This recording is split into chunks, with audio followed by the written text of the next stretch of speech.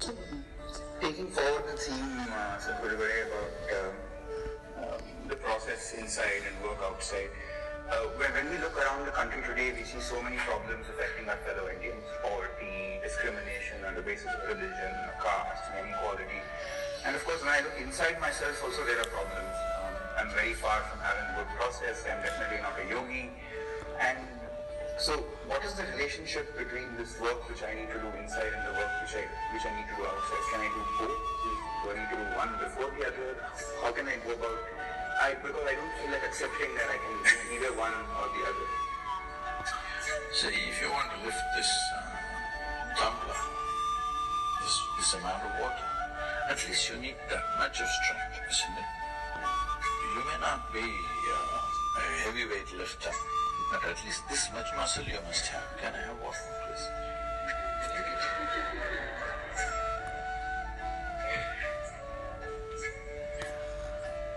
If you don't have this muscle, even taking up this cup won't happen, isn't it? So tell me, preparing to do something, the preparation should be before or after. A whole lot of people think their spiritual process, they will start after they're 70 years of age, when they're no good for anything. If you understand spiritual process as a disability, then that's the way to go. I see spiritual process as the greatest empowerment in my life's experience. I think it should happen at the earliest possible time. Unless you're planning to live elsewhere, those people who are in the upper strata, I'm telling you. If you're thinking you'll go there and live well, that's up to you. To put it in perspective, one of my projects, of many projects, one of the projects is, before I fall dead, I want to make sure all the heavens are destroyed. Is that okay? No? You want to go there? Because I want to destroy the good food in the Hindu heaven. I want to make sure that people eat good food here. I want to destroy all those angels who are floating up in the clouds and angel heavens. I want people, angelic people, to be here. And of course I want to destroy all those virgins up there. Because the very idea that there is a better place to live than this is a crime.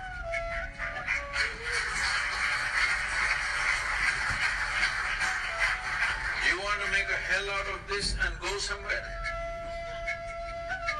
So, this is the fundamental issue.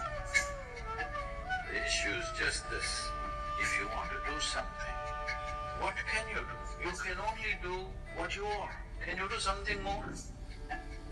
Can you? You can stretch yourself, but still only what you are, isn't it? So is it not important that first you enhance what you are? If you enhance this, activity will naturally happen.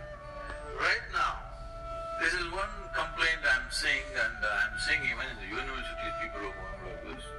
We didn't walk like this when I barely went, but the little I went, we were… I'm seeing people are walking like this. It looks like they're practicing their last posture. See,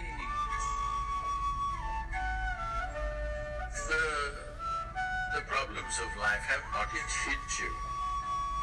Okay? When you're in the university, they have not yet hit you. It's a very protected atmosphere. All you have to do is read some dumb textbook and write something. I'm not trying to belittle the study, but I'm saying the real problems of life have not yet hit you, right? The true challenges have not come yet. Here only if you're overwhelmed by this, how the hell will you live in the world, I'm asking?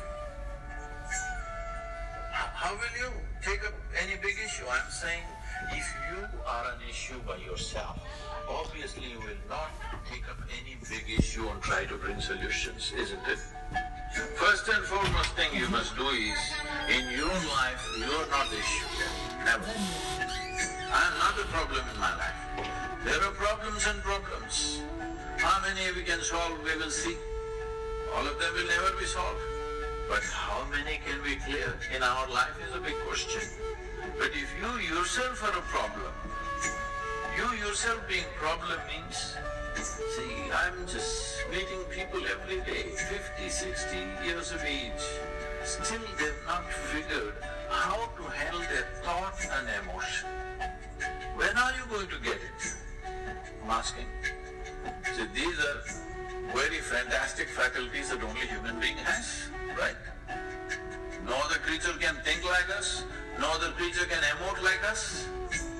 They're very limited stuff. Here it is so evolved, now you're suffering that immensely. If you don't learn how to handle your thought and emotion, you're already 30, 40, 50 years of age. When are you going to learn? What is your lifespan? A million years, is it? I didn't know. What is the lifespan in Harvard University?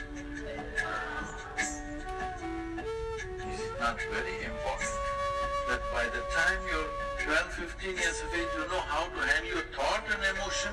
Otherwise, you're a bloody issue all the time. You don't need any outside issue. You just leave people alone by themselves. They are a big issue by themselves. When you're alone, if you're miserable, you're obviously in bad company, isn't it? So if you don't settle this, if you step out, well, you will go about blundering and messing around all the time. It looks like you're working for a solution, but when you are a problem, you'll only spread problems. It may look like a temporary solution. This is the reason why after 1,000 years we're still talking about the same problems. Obviously we've not solved it, isn't it? After 1,000 years, if human beings have the same problem, that's very stupid, isn't it so? Only the phones are getting smarter, you know. Phones are getting smarter, but you see, if you have to call somebody, he's very smart. When do you do that? When you find him smarter than you. Yes or no? Only then you say, oh, he's very smart. So when you call a phone very smart, it's a statement. So can I do these things both together? Because enhancing yourself is a limitless process. It's not a graduation that's going to be over at one time. But the fundamental is just this. Human beings are going through variety of suffering. Well, those who are in situations of famine, war, those things, let's keep it aside. Fortunately, still it's a small population, all right? If you don't take care of it, it could become very large. That is one thing, we will keep them aside. Krishna is talking about even they're not being bothered on the battlefield. That's a different matter, I won't take you that far. We will give a margin for them. But those of you who had breakfast in the morning, what is your problem? Hello? In India, in southern India, where you come from, in the villages if you go, people will come and inquire, Ota madam, Ota idu? Yes? Lapingla? What this means is, the only question they will ask you is, have you eaten? Because after you've eaten, what is the problem?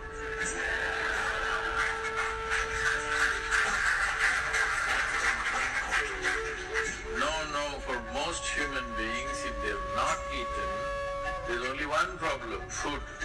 The moment they eat, they have 100 problems. So it is not that there are problems, it is just that you have a cerebral capacity that you don't know how to use. Yes? If you're alone and you're feeling miserable, what does it mean? Your intelligence has turned against you. Once your intelligence has turned against you, you pray and call whatever forces you want. No damn thing is going to work for you, 100%. If your intelligence turns against you, you are a finished case, isn't it? Huh? There are all kinds of sufferings on a daily basis. What do you think they're suffering? When is the last time somebody poked you with a dagger? Never happened to you, isn't it? So what is the suffering? You poking yourself all the time, endlessly. Of course you have good reasons for that. There's no reason, it's just darn stupid, okay?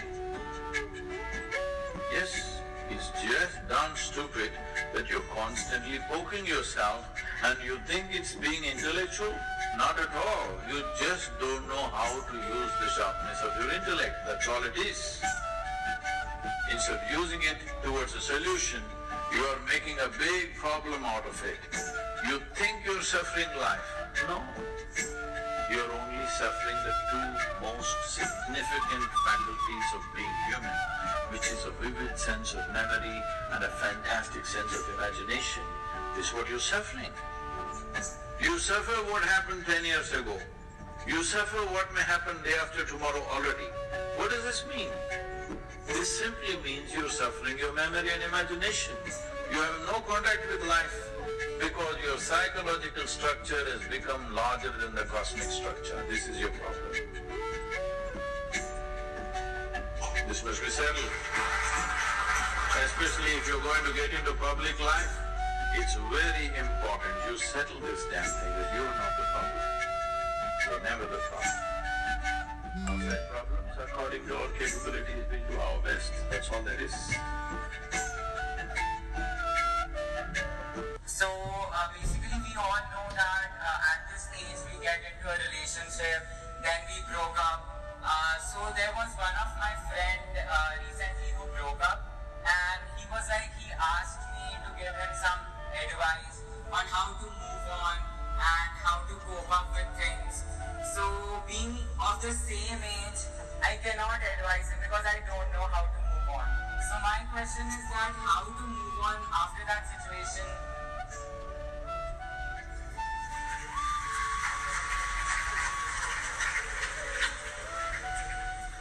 Well, somebody else has moved on.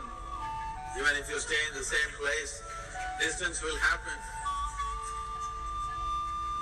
See, let us understand this in terms of life. Not in terms of trend, not in terms of morality, not in terms of right and wrong, but in terms of life. When I say in terms of life, Azim, do you remember how your great 10 generations ago, how your grandfather looked like? No. But his nose is sitting on your face. Yes or no? Yes. So is it true that your body has a tremendous amount of memory? Yes. This memory is on many different levels.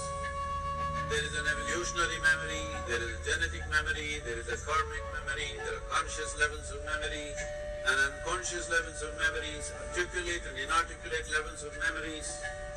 But if your great-grandfather's nose has to sit on your face, obviously your body is carrying a very complex mechanism of memory, isn't it? Yes. So this body, if it is capable of such a complex sense of memory, you think it is not gathering memory with whatever you touch and feel and relate with? You think so or no? Yes. It does. So it is gathering an enormous amount of memory. This is how you know. See, how to go up the steps, how to go down the steps. It looks very simple. But it's not simple, it's very complex. Your body has to remember, otherwise it cannot go up and go down so simply.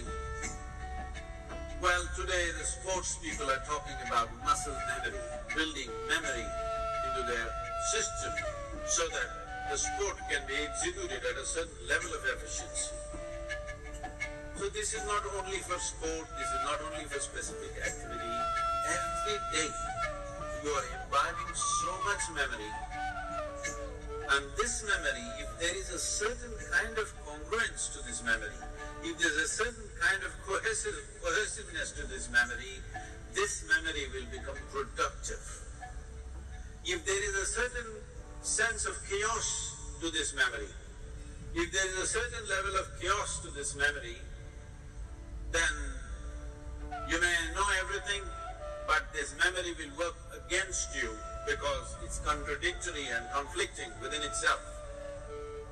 When you say a relationship and when your friend asks you this question, the question itself is coming because it matters, doesn't it? Yes. If you didn't matter, you could have just forgotten about it and gone on like an old pair of shoes. But it matters because you invested your thought, your emotion and maybe even your body. Once you've invested these three things, there is a profound sense of memory about that. If you create a lot of contradictory memory in your system, you will see life will tell later that you will have everything but you feel like you have nothing because it's confused and it's joyless, it doesn't have exuberance. It's very important young people understand the mechanism of what you have been given. If this was just a lump of flesh, you could have done whatever the hell you want with it. But this is a very sophisticated machine. If you treat it sensitively, it can do things in a phenomenal way. Otherwise it will do mediocre things. Suppose I gave you, let's say you know nothing about computers. I gave you, let's say, Apple Air. Have you seen this model? Very thin and sharp. I gave you this, but you don't know what it is. You took it home and started chopping cucumbers. It works very well. It works very well. But isn't it a tragedy that you're using a computer to chop cucumber? Nothing wrong with the cucumber, but something definitely wrong with you, isn't it? Hello? Yes. Something very fundamentally wrong with you when you do not understand the significance of what you have on your hands. All significant things will go waste. So, before, not just other human beings, I'm saying before you touch, involve yourself in anything, you must see what is the level of involvement you wish. You must see where do you want to take this. You must also see what are the different impacts it will have upon you, whether this will work well for this life or work against this life. You must consider. Otherwise, you will become a lose life. Lose, I'm not using the word lose in terms of morality. I'm just talking about lose in terms of not able to fulfill the direction in which you wish to go in your life. Bringing some integrity to this. Intellectual integrity, emotional integrity and physical integrity to your life is very, very important. Well, beyond that, if something goes wrong, you just have to understand when you came along, when you were born, you came along, and when you die, you will go along. Thank you so much.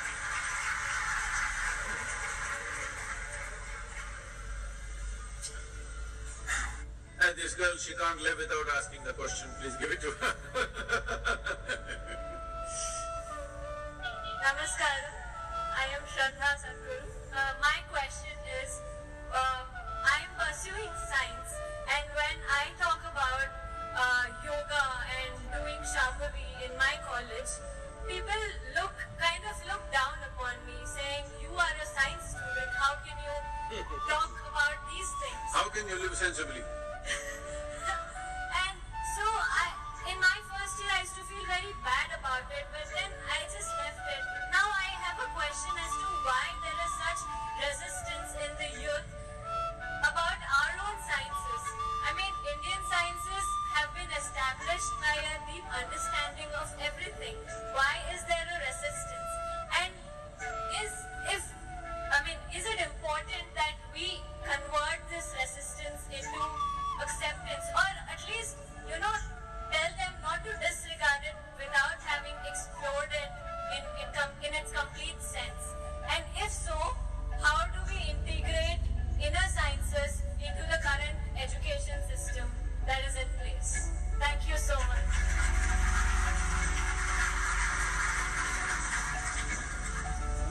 Say we have unfortunately today, we have a very constipated perception of what is science or what is scientific. Essentially, the way the science or the scientific process is defined is, something is considered as a science if there is a systematic approach to it, and the approach should be repeatable, and the approach should work not just for me, should work for many people, then it is considered a science. So science is fundamentally physics, but there are other sciences which have evolved out of it. Biological studies are there, psychological studies are there, social sciences are there. So anything which has a systematic approach and is applicable not just to one person but to a larger number of people becomes a science or a scientific approach. In that sense, there is no science which has a larger application except physics. There is no other science, or even physics. There is no other science which is as largely applicable as yogic sciences. It is just that the yoga that people have heard about today is a rebound from the American coast. So they think yoga means wearing lulu pants and going around. It's a kind of a fashion. No. Yoga means this. I want you to listen to this carefully because this is not just something that you can explore in a casual atmosphere like this. Yoga literally means union. What does union mean? The very body that you carry right now. One day somebody is going to bury you or burn you. Smoking or non-smoking, we will do it. Yes or no? Either we do this or that. Will you become part of the earth? Hello? How come now you are not part of it? I'm asking. Even now you're part of it, isn't it? You're just a small outcrop of this earth. Only because you were given the ability to be mobile. You lost your sense. You thought you were a world by yourself. If you were stuck like a tree, I'm sure you would have understood you're part of the earth, isn't it? Just because the planet gave you the freedom to move. How stupid we became. It's not just with body, it is so with the entire universe. It is not just with the physical form, so with every aspect of you. The yoga means union. What it means by saying union is, it is a science of how to obliterate the boundaries of your individuality so that you become a much larger life than what you are right now. Either you can live here as a constipated life. When I say a constipated life, constipation means it happens little by little. That's constipation. Hello? Right now for most people, life is happening little by little. You ask them, what are the great moments in their life? They say, when I passed my examination, I felt great. Then I was miserable. Then I found a job, I felt great. But then, all the people made me miserable. Then I got married, it was really wonderful. Then my mother-in-law came and she did it. She didn't come, she was there before your husband. She was there all the time. She was there before you and before you met. But like this, it goes on. They will count 5 things where they had great moments in their life. This is a constipated life. That every moment of your life is not an exuberant outburst of life. It is once in a way something happens to you. Constipated or no? No, you must say yes or no. Do you want to live a constipated life? If you have to live an exuberant life, the boundaries of individuality have to go to whatever extent. Only then you capture a larger amount of life and you have a larger experience of life, a higher level of exuberance than what you normally see around you. Have you blown soap bubbles when you were at least young? When you were young? Did you blow?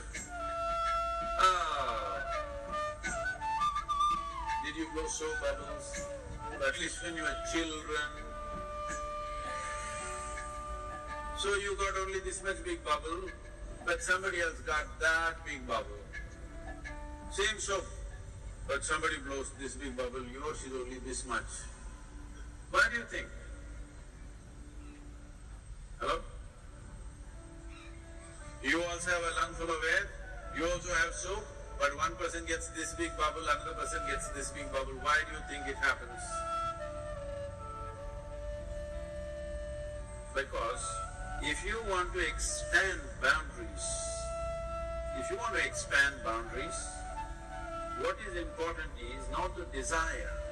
What is important is you need to capture that much air in that limited possibility.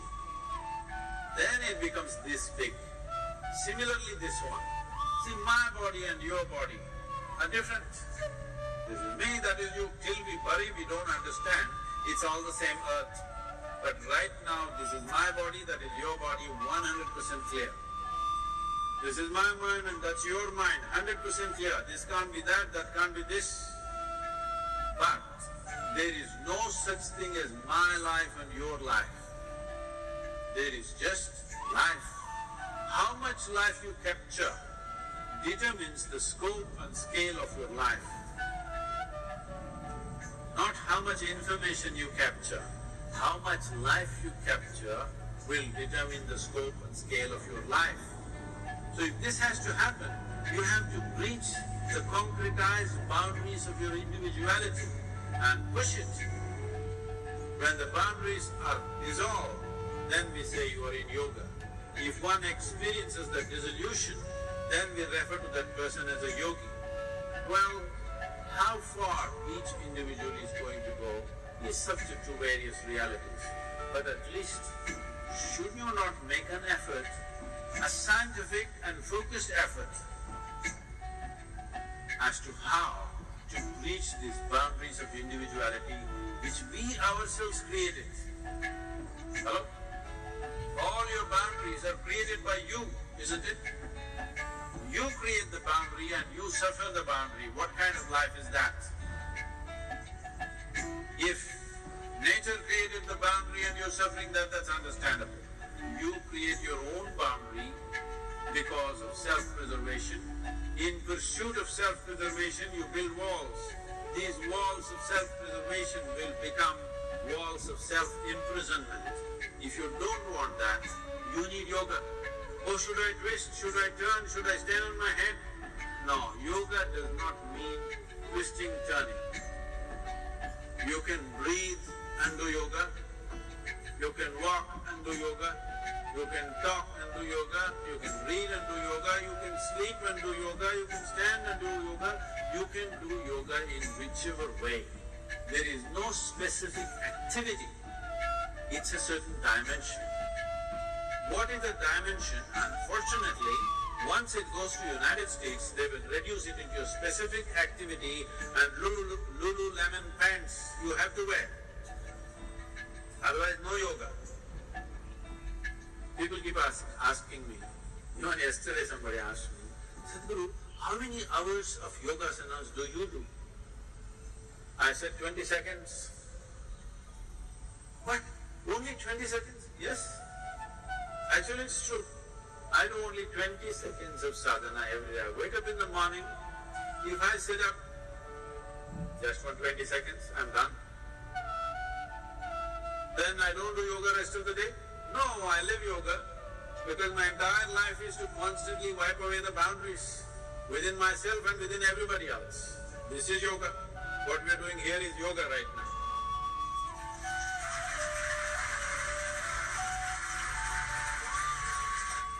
We'll be taking 2 more questions.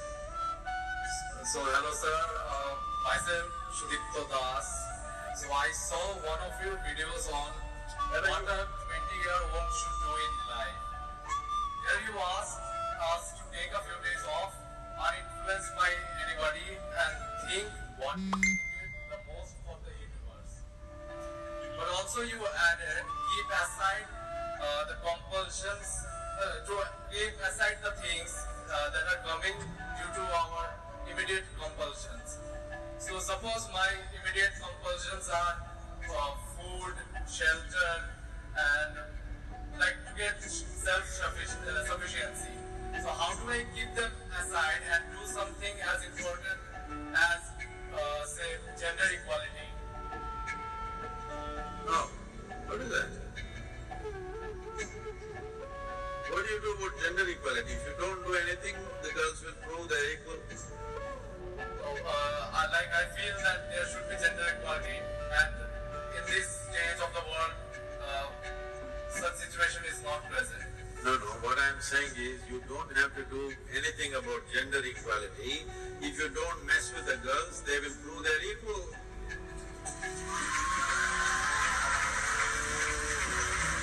Unfortunately, many times they will prove they're little more than you.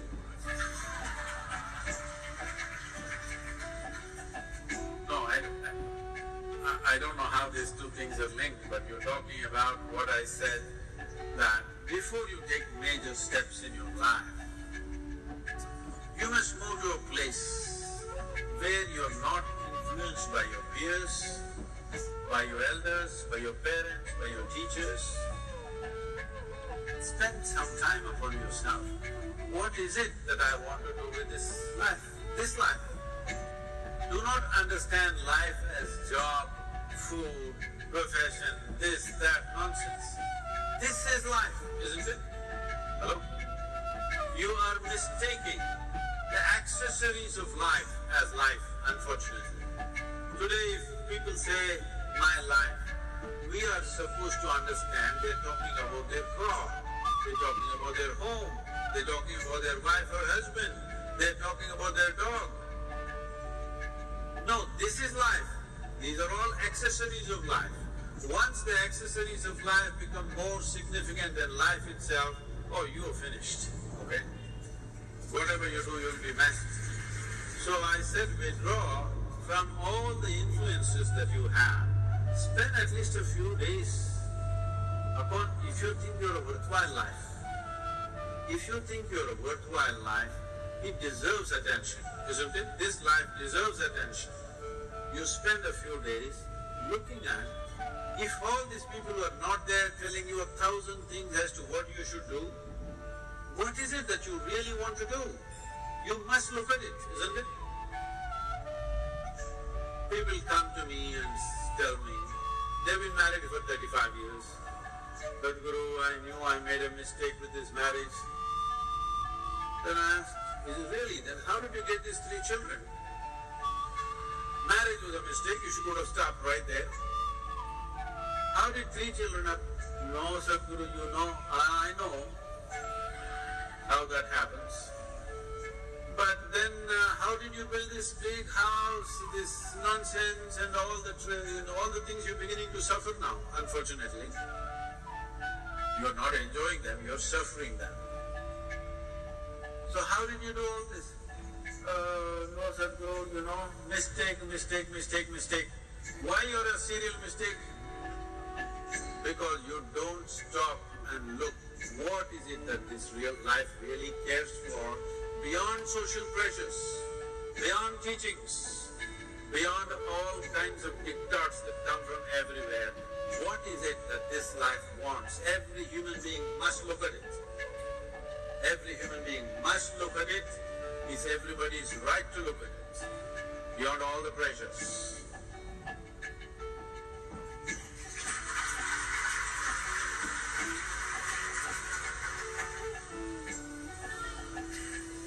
Someone please. That's it. This will be the last question. Namaskaram, Sadhguru. I'm Lavanya. I'm studying economics honors first year. I'm from Hyderabad. Despite being surrounded by so many people, we still have that feeling of belonging to somebody, being accepted by somebody, being loved by somebody. How should we deal with that discontent and loneliness? ఏమండి హైదరాబాద్ నుంచి వచ్చి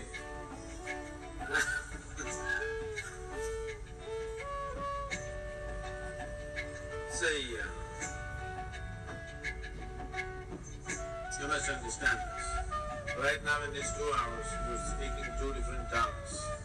On one level, many questions are aimed towards, how can I be free from this and that? Another level, you are asking, how can I bind myself to something or somebody? You must decide. What is the highest value in your life? Freedom or bondage? Please, I would like to hear that word. It is freedom. But if you are free, you feel lost. If you go into the mountains and you're totally free, that is, nobody around, nothing around you, just in the empty space of the mountains, you don't feel free, you think you're lost. So to handle freedom, it needs a certain clarity and strength. Most people cannot handle freedom. They are always trying to bind themselves, but only talking, mouthing freedom all the time. If you really set them free, they will suffer immensely. So this is an evolutionary issue. In the sense, human beings are right now like this. A caged bird, if you keep a bird caged for a long period of time, and then one day you took off the door of the cage, still the bird won't fly. From inside it will protest that it's not free, but it will not fly. Human condition is just that. For all other creatures, nature has drawn two lines, within which they have to live and die, and that's what they do. But only for human beings, there is only bottom line, there is no top line, and that's what they're suffering. If their life was also fixed, like every other creature's life, they wouldn't be stressed, they wouldn't be anxious, they wouldn't be struggling how to handle their own intelligence. And that is what you're seeking unknowingly. You may seek it in the form of relationships, you may seek it in the form of profession, you may seek it in the form of nationality, ethnicity, community, God, heaven, hell. All you're trying to do is draw an artificial line which does not exist. Because freedom needs courage. Freedom needs a certain madness. If you're very sane, you cannot be free because you will go between the two lines of logic. To be free, it takes a lot of strength. That if you, first of all, what needs to happen if you want to be free is, do you understand that all human experience has a chemical basis to it? Hello? What you call as joy is one kind of chemistry, misery is another kind of chemistry, stress is one kind of chemistry, anxiety another kind of chemistry, agony one kind of chemistry, ecstasy another kind of chemistry. At least ecstasy, you know, it's another kind of chemistry. I hear. So your experience of life has a chemical basis to it. There's a more superficial way of looking at it. There are other dimensions to it, but for your understanding. Or in other words, what you call as myself right now, you're a chemical soup. The question is only, are you a great soup or a lousy soup? Yes or no? Right now, if you have a chemistry of blissfulness, if you close your eyes, it's fantastic. If you open your eyes, it's fantastic. If somebody is here, it's fantastic. Nobody is here, it's very fantastic. Yes or no? But you have a lousy chemistry. If you look at them, if they smile at you, it's nice, not fantastic. If they look at you like this, suddenly it's a problem. If these people are happening just the way you want, your chemistry is reasonably balanced. If they do something that you don't like, boom, it goes somewhere else. So essentially, you have not looked at this mechanism. What is the basis of this? How it functions? How I can make it function at its highest level? Right now, let's say you really missed out, like me. Do you care who is around, who is not around? If they're around, it's fantastic. They go on. Fantastic. Because your experience of life is no more determined by what you have and what you don't have, whether it's people or things or food or this or that. It is not determined by that.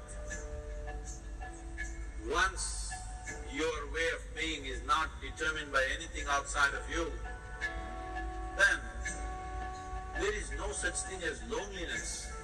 But you will enjoy your aloneness because whether you like it or you don't like it, at this young age it's a little difficult to understand this, whether you like it or you don't like it. Within this body you're always alone, isn't it?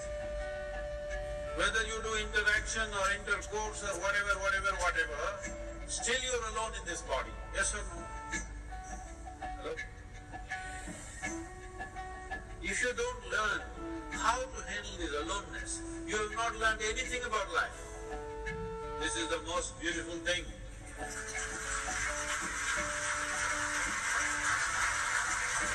The most beautiful thing about life is nobody can get here, it's just my space. Yes or no? Isn't this the most beautiful thing? Nobody can invade me. They can capture me, they can torture me, they can do so many things, but they cannot invade me because I have a space which is just my own. Isn't this the most wonderful aspect of your life? Don't suffer that. That is the most beautiful thing.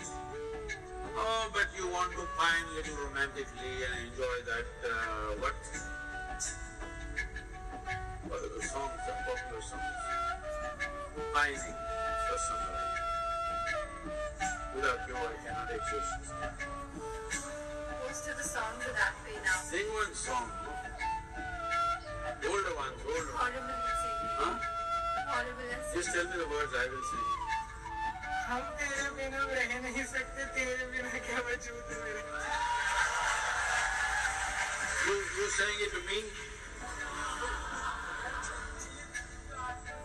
Okay, got it. Sri Ram is a singer. Say that. That song, what is saying? हम तेरे बिन अब रह नहीं सकते, तेरे बिना क्या वजूद मेरा। Say all the boys must learn songs like this, otherwise you can't floor the girls. But the girls should understand the guy has a need and he's doing this. It's not really true, but let's enjoy the game right now. Because what we do is just a certain, it's a certain game, life is, because it comes to an end. But the important thing is, how are you within yourself? If you are here in such a way that you are only driven by your needs, you will live a very meager life. But if you can sit here without any need, but you will do whatever is needed, then you will live a magnificent life. It's my wish and my blessing. Every one of you must have a fantastic life. Make it happen for yourself. A significant population in our world identifies as religious. And they do so for a number of reasons. Some of them state it's for peace or a way of life or some direction. And they bring up their children with religion. They sort of imbibe values and principles using religion as a channel.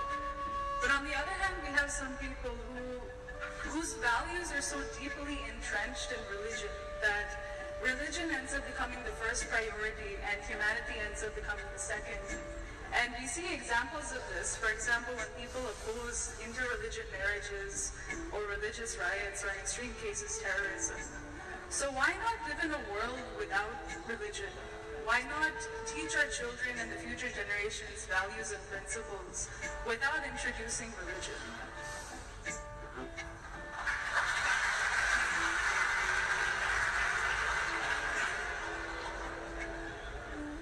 I see the question is popular.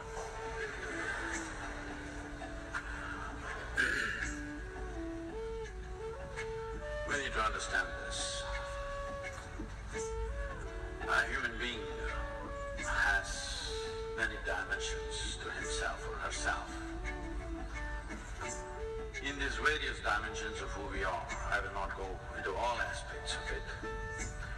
fundamental dimension is, doesn't matter where you are in your life, you want to be something more.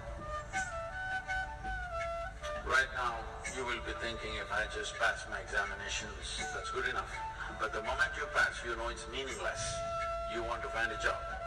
The moment you find a job, you know that's meaningless. You want something else. It just goes on like this. Doesn't matter where you are, you want to be something more.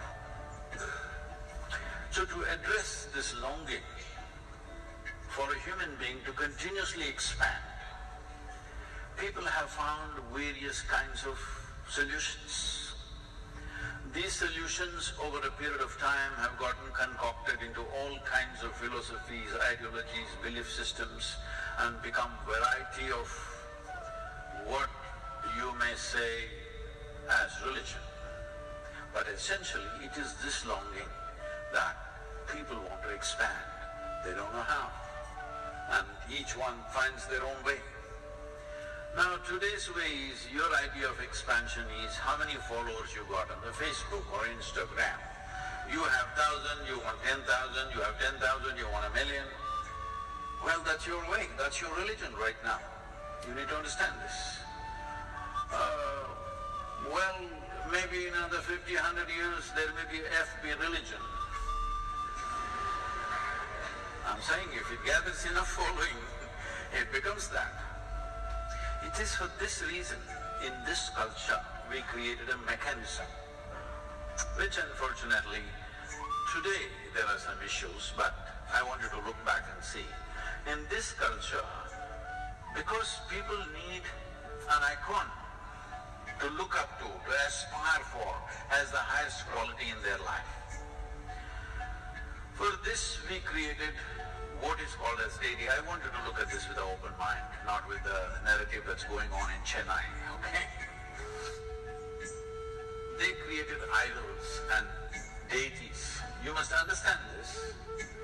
There are approximately 33 million gods and goddesses in this country. And this happened when our population was that much. That means each person had his own deity. See, if you have one deity, you have one deity, you have one deity, there's no quarrel, isn't it? If you three together have one deity and I have another one, now there's a fight. I have my own, you have your own, she has her own, he has her own. What's the problem? Hello? So we call this Ishta Devata. That is, you can create your own God. This is the only culture on the planet which has been conscious that God is our making for our needs, according to the needs that we have. We want money, we have one kind of God. We want peace, we have another kind of God. We want security, we have another kind of God. For every need, we created a form. One thing is, it may be on one level, it's just a psychological process. On another level, there is a science to this, that we created certain energy forms which would function in a certain way. If I say this, unless I go into the entire science of it, there will be many gaps and there will be many questions which pop up. But the moment this gets endorsed by the Western world, questions disappear in most educated people's minds, unfortunately. Hello? It must get endorsed by the Western society. Then suddenly it's perfect. Nobody asks any question. So let me endorse it. Man from Tamil Nadu, named Ramanujam. You heard of him? Ramanujam? Yeah. Did not get any PhD in mathematics. Did not go to any big college. Just simply started pouring mathematics. If he was here, by now he would have vanished. You would not have heard of him. Please notice. He went to England. That's the thing. He went to England and there they were flabbergasted. How does this mathematics come? From where? Well, a whole lot of things he himself could not explain. But the mathematics that he wrote down in his notebooks, in 1908, somewhere in 1994 or 96 saying that this math that he's talking about is the backbone for proving that there are black holes. I want you to understand, in 1908, there was no concept of black hole in the scientific community. Normally the way science proceeds is a concept, then a theory, then the math. But this man just poured out math for which there is no concept, there is no theory, there is no idea of that in anybody's mind, but he writes the mathematics for that. Sitting on his deathbed, he poured mathematics. People asked, where is this coming from? In his words, he said, my Devi bleeds mathematics. This is what he said. Because he is a worshipper of a certain deity. She's his window to the existence. So this is what deities are if they are properly created. People keep asking me, Sadhguru, where is all this knowledge coming from? You just have to open a window. What kind of window you find is up to you. But this is what energy forms were. Today, in some gross logic, very basic logic, people are trying to deny everything just because there is a certain amount of dogma gotten mixed up with this, certain amount of blind belief systems mixed up with this. Now you're trying to throw the entire thing out. This will be the dumbest thing to do, because the strength of this culture, the intellectual development of this culture, and the achievements of this culture essentially depended on this, that we learn to open windows into space and know knowledge, not by book, not by learning, simply by sheer perception. So this is how the culture grew. You need to understand this. This is a godless culture. There is no the God in this culture. All the people you worship, your Rama, Krishna, Shiva, all these people are people who walked this geography at one time. You cannot say they did not walk, because Rama is still having real estate issues.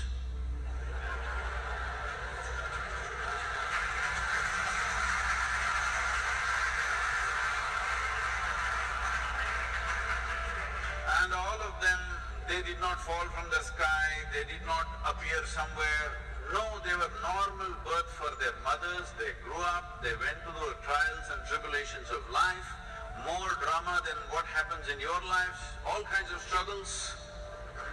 But the reason why we worship them is not because they were perfect human beings. They had all the troubles. But whatever the trouble, doesn't matter what life threw at them, their way of being was not disturbed. They were above it.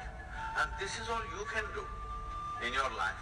What life throws at you is not your choice. It'll throw all kinds of things at you. What you make out of it is 100% your choice. If you choose this, we will worship you in this country, because you're free. Because the only value we have in this culture, which this generation is forgetting, if you just talk to your mother, grandmother, first sitting down, standing up, they'll say mukti, moksha. Because the highest value is liberation. Highest value is not God. Highest value is not heaven. Highest value is liberation, to become free from the process of life, to live here in such a way that life can do what it wants, but I will do what I wish consciously. It doesn't matter what life does, I will do only what I want. This is freedom. This is the only thing we value. This is the only thing we bow down to. This is not a religion. This is an empowerment of life. But various other places they invented and they said there's one God up there and he will manage everything for you.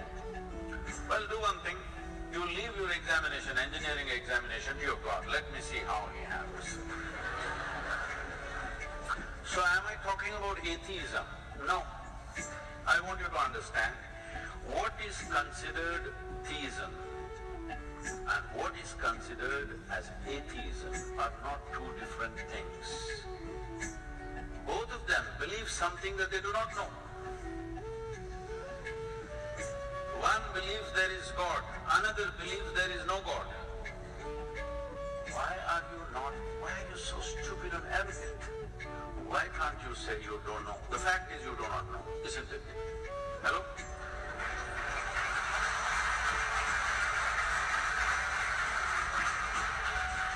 Why is it so difficult for a human being to say, I do not know?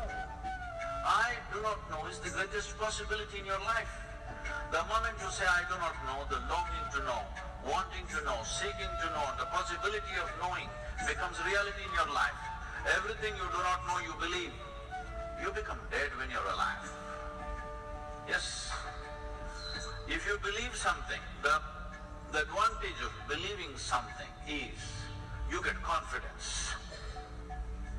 Confidence without clarity is the greatest disaster that is happening on this planet right now. When there is no clarity, there must be hesitation. Hello? Yes or no? Confidence is not a substitute for clarity. Unfortunately, religions in the world, even all the other kinds of philosophies, I believe in myself, not God anymore. I believe in myself. You trying to build confidence instead of sharpening your clarity. Confidence is not a substitute for clarity. Confidence without clarity is the greatest disaster that human beings are unfolding on this planet. See, suppose I want to walk through you, but my vision is not clear. I must at least be hesitant and seek help. Please, can you help me? No, I'm confident. What will happen? I'll step on everybody's face. But that's what they're doing. Those who are confident without clarity are stepping on everybody's faces, and they're super confident because they're going to heaven. Hello? See, those who believe that there is a heaven, in their mind, if there is a heaven, they must proceed today, isn't it?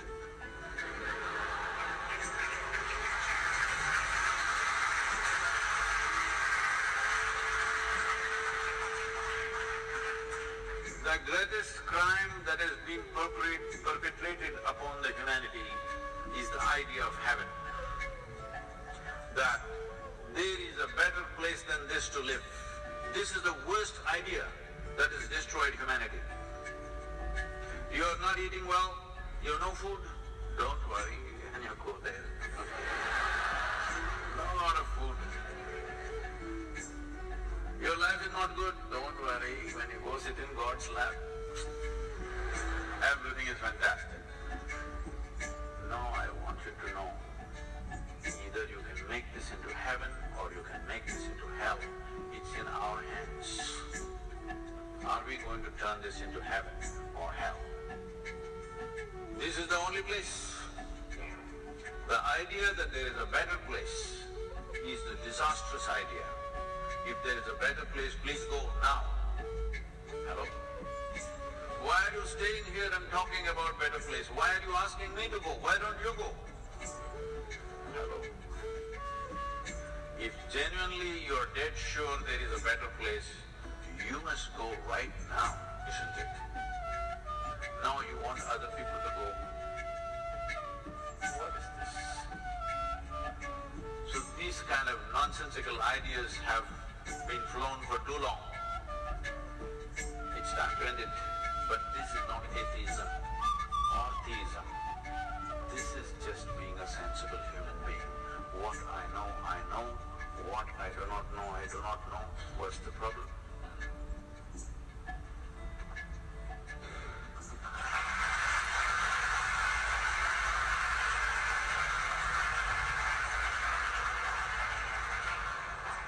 According to our medical standards, ideally there should be one doctor for every 1,000 people.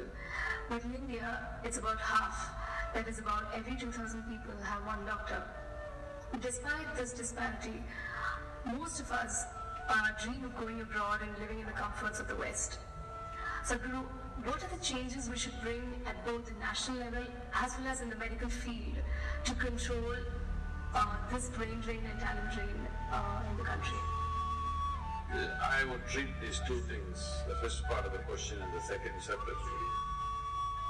every 2,000 people need one doctor, I don't like that. You're saying there's not enough. Every 1,000 you need one, is it? Oh, I don't like that at all.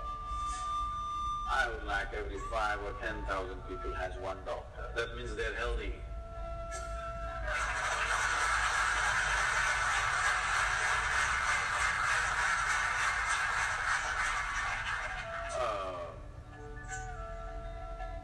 Recently, because we are working to see how to bring preventive care into hospitals, large hospitals. So we are working with a large group, the Apollo group. The chairperson came to meet me along with this whole team, and he was telling me situations how young doctors, particularly cardiologists, having heart attacks and dying. He was talking about an incident where a 30-year-old doctor was driving home. On the way, there was their own cardiac care center, something was there. But he did not realize that he needs it, because we always think somebody else needs it, all right. He went home, parked his car, got down, took 3 steps, collapsed right there, in front of his home house door. By the time his wife came and opened the door, he died. Like this, he said, these things are happening very often. When this came up, I just started thinking, oh, do we have such a possibility? Because we have over 5,000 people living in the yoga center, and every day at least 10 to 12,000 people are coming and going. When I looked back and saw, we've not had a single heart attack in the last 27 years. Nobody died. Then I said that, except for a few old people beyond a certain age, no young person ever had a heart attack here, especially they did not die of cardiac stuff. Then Sadhguru, that's why I'm here. So I don't like for every 1,000 people one doctor. I will give you a job, but it is not necessary. We need to bring a culture of health. How we eat, how we sit, how we stand, how we breathe. If you bring this into the social life, you won't need so many doctors. So I want you to understand, I'm not saying this with any prejudice against you, my father is a physician, all right. Among many things that you do, professions, various professions that we do, this is very vital service when people are unhealthy or people are unwell or something happens. But at the same time, for any given society, it is not a productive possibility. It is because people are getting damaged in some way, you're fixing, all right? So do you need better cars on the road or do you need more mechanic shops? Something you must decide, isn't it? We need to cultivate a better sense of health. Health, everybody must understand, is their basic responsibility. It is not medical industry's responsibility. It is every individual should understand, this is my responsibility to be healthy. This must be built from early childhood. I'll tell you, if everybody invests just 30 minutes every day for their physical well-being, simple process, if they do, most of them won't go to the doctor. The frequency of going to the doctor will come down dramatically, dramatically. So every 1,000 people need one doctor, I don't go by that. To keep him busy, they must be falling sick, isn't it? Because once he sits there, you have to keep him busy. It's an investment of a person in the nation. So, if we work for healthy societies, we don't need so much of medicine. Definitely we need it. No human being will go through their life without ever being sick, all right? It always happens. But at the same time, how sick do you get? How often do you get sick? This is not to say boastful things, but in these 37 years that I've been active, that literally every day, 7 days of the week, 365 days, I have a schedule.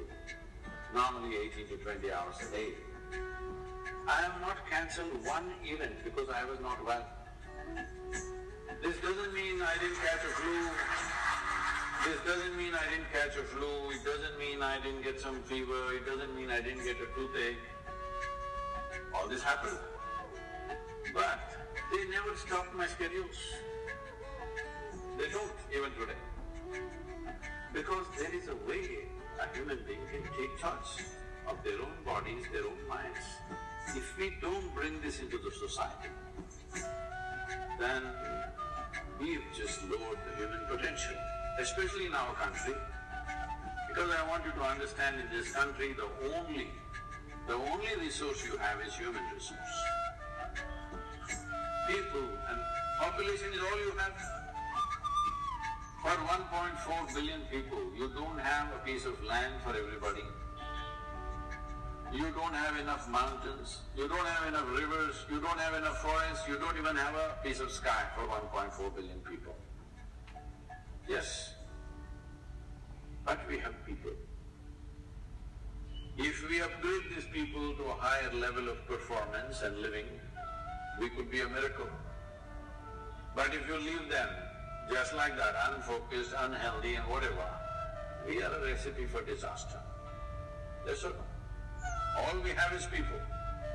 So upgrading the people involves various things, but the most fundamental thing is health. The people are healthy. Today, there are issues of malnourishment. There are issues of people by choice eating bad food. Above all, one of the biggest problems with India is they are not physically active.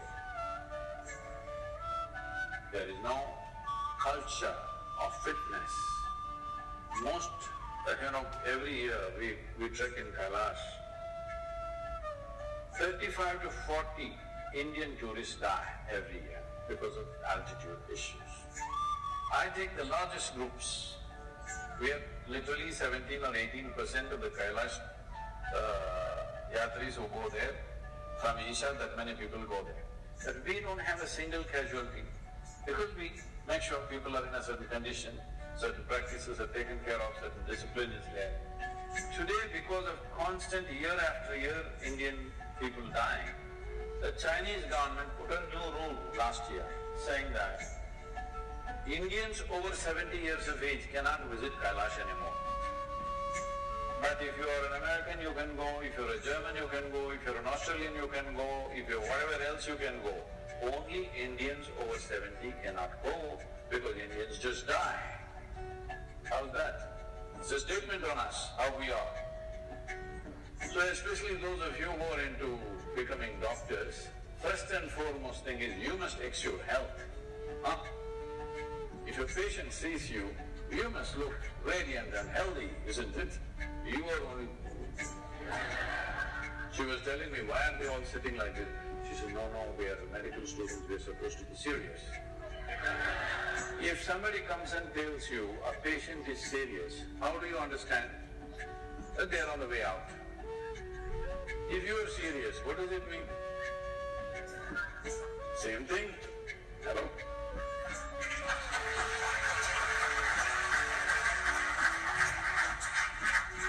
There is substantial medical and scientific evidence to show that only when you're in a pleasant state of experience, your body and your brain works at its best. And for the sake of people who become your patients, so that they don't turn into your victims, it's very important that your body and your brain works at its best. Hello? It must work at its best. For this, it's very important. If you sit here, you're peaceful and joyful by your own nature. This much you must do for yourself. Before you touch somebody else, if I want to touch you, my hands must be clean, isn't it? So simple, humanity. Before I touch somebody else, my hands should be clean. So before you talk about other people's health, you must be an emblem of health. You must do this to yourself. It's very, very important and it will make a world of difference for the people that you treat.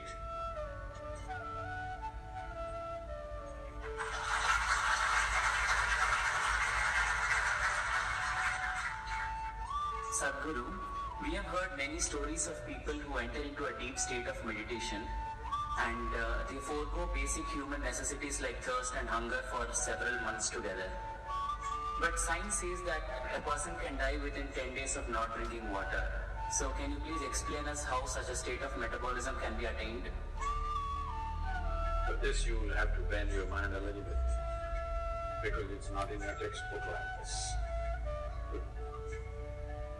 Just day before yesterday, somebody sent me a message from the yoga center. There is something called as Dhyana Linga.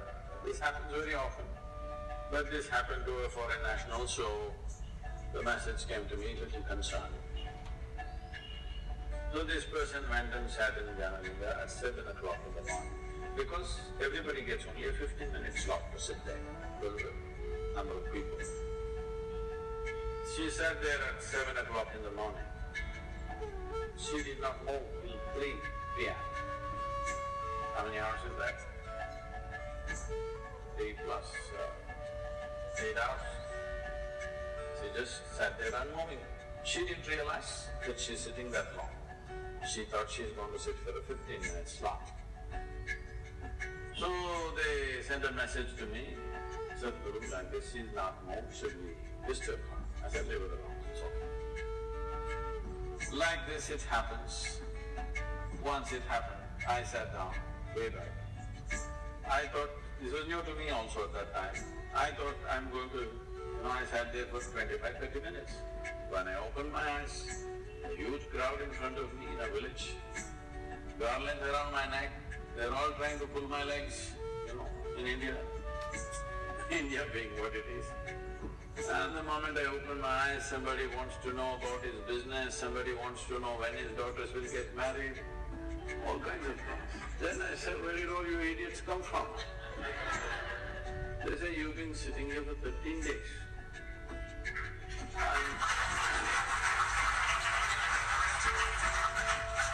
So, what happens in the system? That's what you're asking. See, right now, I'm speaking. If you check my pulse, it's somewhere around 55, 58 in that region. If I simply sit quietly, it will drop below 40. If I simply sit down and I'm doing something without interaction, talking, moving, if I simply sit, it will drop below 40. Now this is at ease. This will not build any unnecessary friction inside. So the amount of energy it consumes is very low. All of you medical students, you know this, 20% of the energy in the body is consumed by your brain.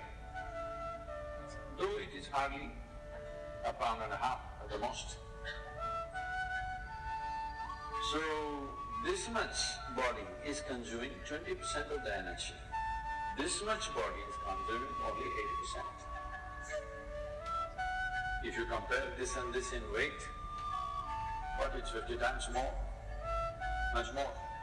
So, you must understand, if you keep your mind in a certain way, the amount of extra energy that you have is enormous, because you're not unnecessarily consuming wasteful usage of energy is not happening.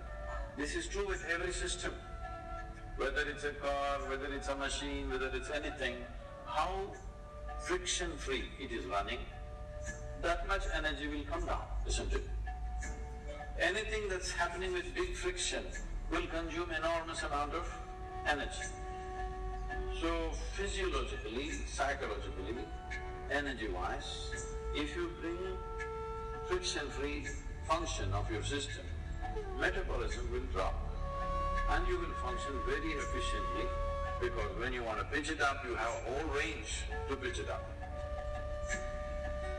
When you want to lower it, it's there. Right now the range that most people are carrying is very, very small. If you push them into activity, they will get totally tired out. If you don't, if they have nothing to do, they will freak. If you have nothing to do, you freak, isn't it? So in this condition, it will not go down. Now, everything that you consume is higher simply because you're at a higher RPM, that's all. We can… within 3 days we can teach you a simple form of meditation which will bring down your metabolism by approximately 24%. This is the highest drop that you can have in conscious states of meditativeness. If metabolism drops beyond that, you will not have any sense of body. If you sit here, you have no sense of body. It is from this that a yogi is sitting. See, if you sit down here, even if you don't have a watch, your legs, your back, your bottom, everything is keeping time, isn't it? Hello? You don't need a watch. If you sit here for 3 hours, you know you need to get up. Body knows. So, someone is sitting for hours or days because there is no sense of body. Why there is no sense of body is not only because of drop in metabolism, it is also the intensity of your energy which is not biological energy. Another dimension of energy is fully intense. Once it pervades the entire body, you have no sense of body. If I go into a program 10 hours, 12 hours, I am the only one continuously drinking water, but I am the only one who will not go to the restroom. I am the only one who will not take a break. Everybody, every 2 hours they take a break and come back. Simply because how identified you are with your physiological process determines these things to start with. But there is also sadhana, there is also certain work to be done with your system. So everybody may not be willing to do that level of sadhana, but everybody must do some sadhana. Something so that what you wish to do, you can do effectively. Whatever it is in your life you wish to do, you must be able to do it as well as you can. What the hell you do is not my concern, but whatever the hell you're doing, you must do it well, isn't it? Hello? You must do it well. That's very important for a human being, that we must do it well. So for this, it's very, very important that your own body and your own mind is not an impediment. Your own body and your own mind doesn't trip you all the time. There must be platforms on which you stand. Right now, people have sunk into it. It is a platform, it's good. Suppose it lets you sink into it, it's not a good place to sit and talk, isn't it? It's holding it up, so it's nice. Your body, your mind should hold you up all the time. If that happens, your dependence on the outside will come down. And also, water is not always consumed through the mouth. Body consumes water in so many ways. If you activate the system in a certain way, it consumes energy. If right now you're eating food, drinking water, breathing air, everything for what? To generate energy. But science has clearly proved to you there's enough energy everywhere. So if you're able to take in energy as it is, if you're able to imbibe energy, how is this possible? The word yoga means just this. The word yoga means you're beginning to obliterate the boundaries of your individuality. Right now, this is me, that's you, 100% clear, isn't it? Why? Because you think this body is me, that body is you. This is a clear boundary.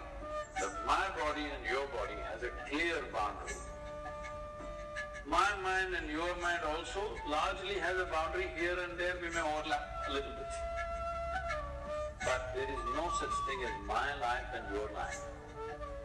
Have you ever blown soap bubbles, or were you a serious boy even when you were in school?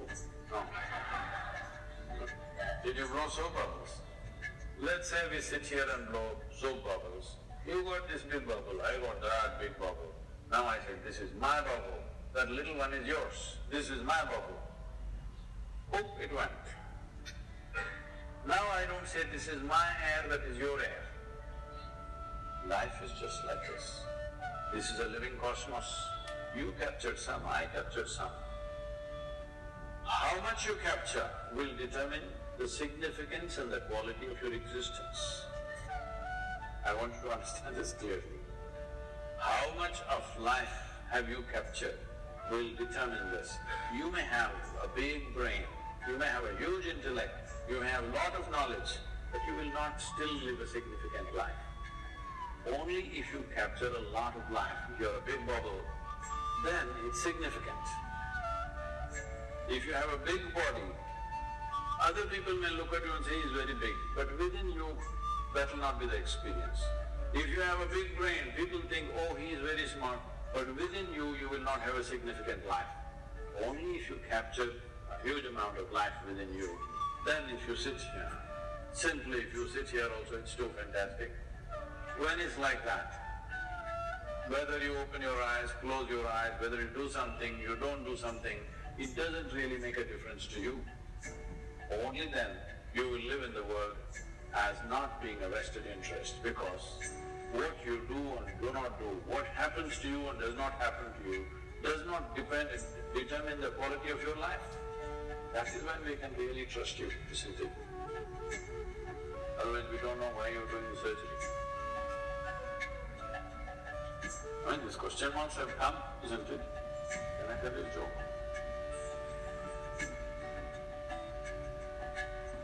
A man went for a surgery, he needed a surgery.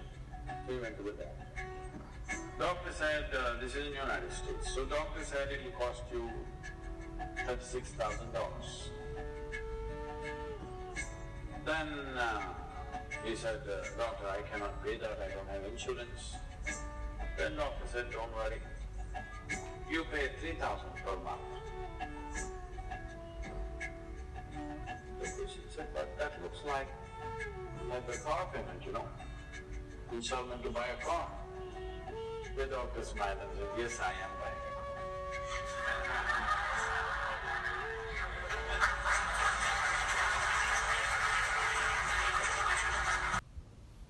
So we should not misunderstand masculine with male and feminine with female.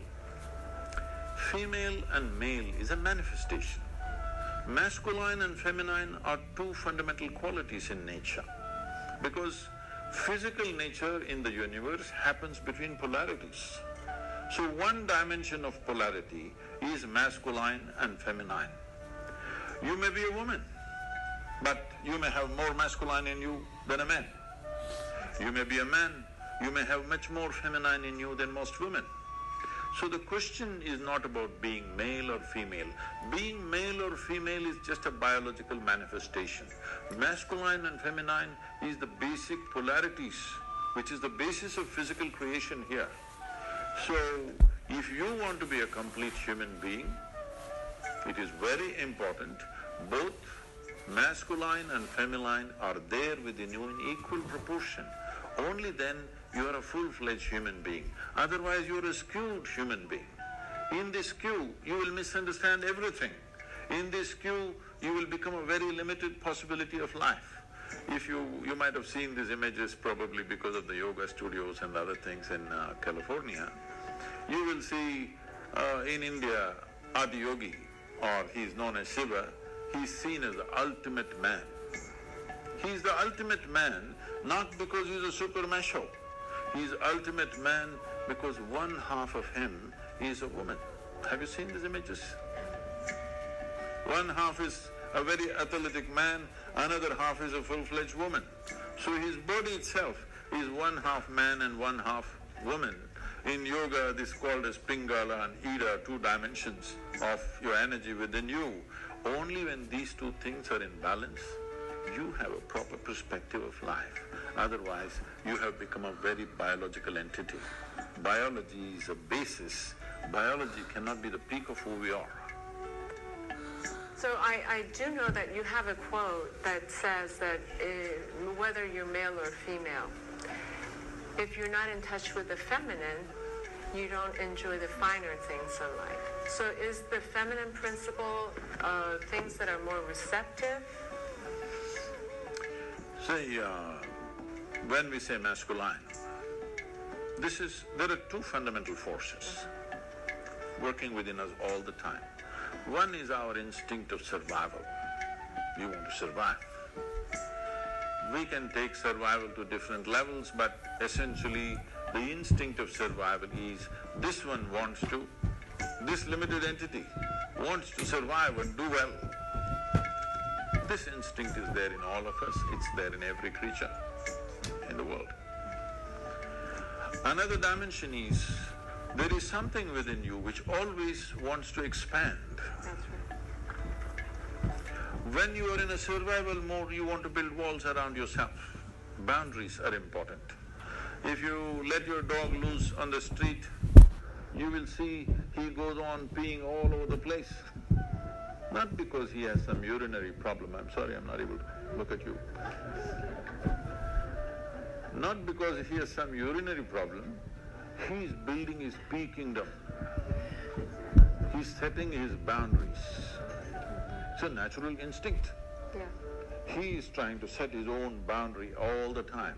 This is survival instinct in all of us, that we want to build a wall, protection, self-preservation. But there's another dimension which wants to expand.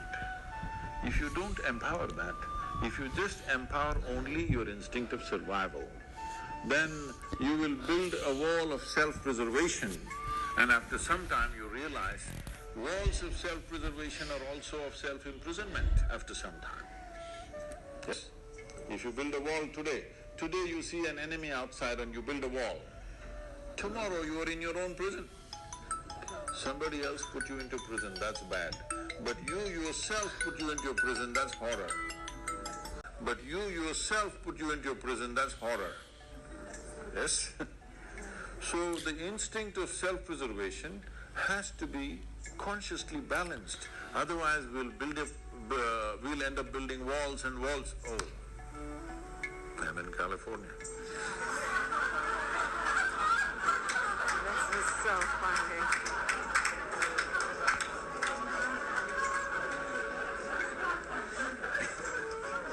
No, I was not making a political statement. You just did. So, inevitably, when we feel unsafe, we'll build a wall. So, the instinct of self-preservation cannot be ignored. It is there, obviously, isn't it? Obviously, it is there in all of us. Walls are not always of brick and mortar, there are a variety of walls we set up. But the longing to expand is also there. How much expansion do you want if you sincerely look at this? Today, if you're here, you want to be a little bigger. If you're there, you want to be a little bigger. But suppose I make you the queen of this planet. Hello? Don't look at me hopefully. Why will I commit such a blunder? Suppose I make you the queen of this planet. Will you be fulfilled? No. You will look at the moon. Why not that? If I give you the moon, will you keep quiet? You will look at the next galaxy. If I give you one galaxy, will you keep quiet? You will look at the other galaxies. So there is something within you which wants to expand. How much expansion do you believe will settle you? If you really look at it, you want to expand boundlessly. There is something within you which does not like boundaries. Please look at this. If I imprison you right now in a 5x5 cubicle, you will feel horrible. So tomorrow we'll announce your liberation and liberate you into your 10x10 cubicle. Now you will feel wonderful for a day. And then you will feel horrible in the 10x10 cubicle. We will liberate you into your 100x100 cubicle. You will feel really great for 3 days. Again you will feel the same thing. It doesn't matter where I set the boundary. The moment you can feel the boundary, you want to break it, isn't it? So there is something within you which does not like boundaries. So if there is something within you which does not like boundaries, it simply means it is longing to become boundless. You cannot become boundless through physical means, isn't it? Physicality means, the fundamentals of physicality is a defined boundary. Without a defined boundary, there is no physical body. Suppose there were no boundaries to my body, where would I be? Here or there or where? Only because this has a boundary, it is here. Your body has a boundary, so it's there. But there is something within us which longs to be boundless. If we do not empower this, there will be no balance between masculine and feminine. That is why ultimate liberation, both for men and women, it's not… see, one cannot be liberated from the other. Both have to be liberated from what? From this bondage of being stuck in our own bodies and identified with little bodily changes that we have between us and go on endlessly about the same debate. No, unless we become free from the identification of our own physical form, there is really no freedom. This is what consciousness means, an intelligence which creates this body. Today there's a whole lot of interest in the Western world about the brain. In the yogic sciences, we do not attach much significance to the brain because we think through the entire body. This is the way of women for a long time. They thought with their body. They did not have all those complicated thoughts that men were struggling with, but they simply knew what to do, what not to do, because they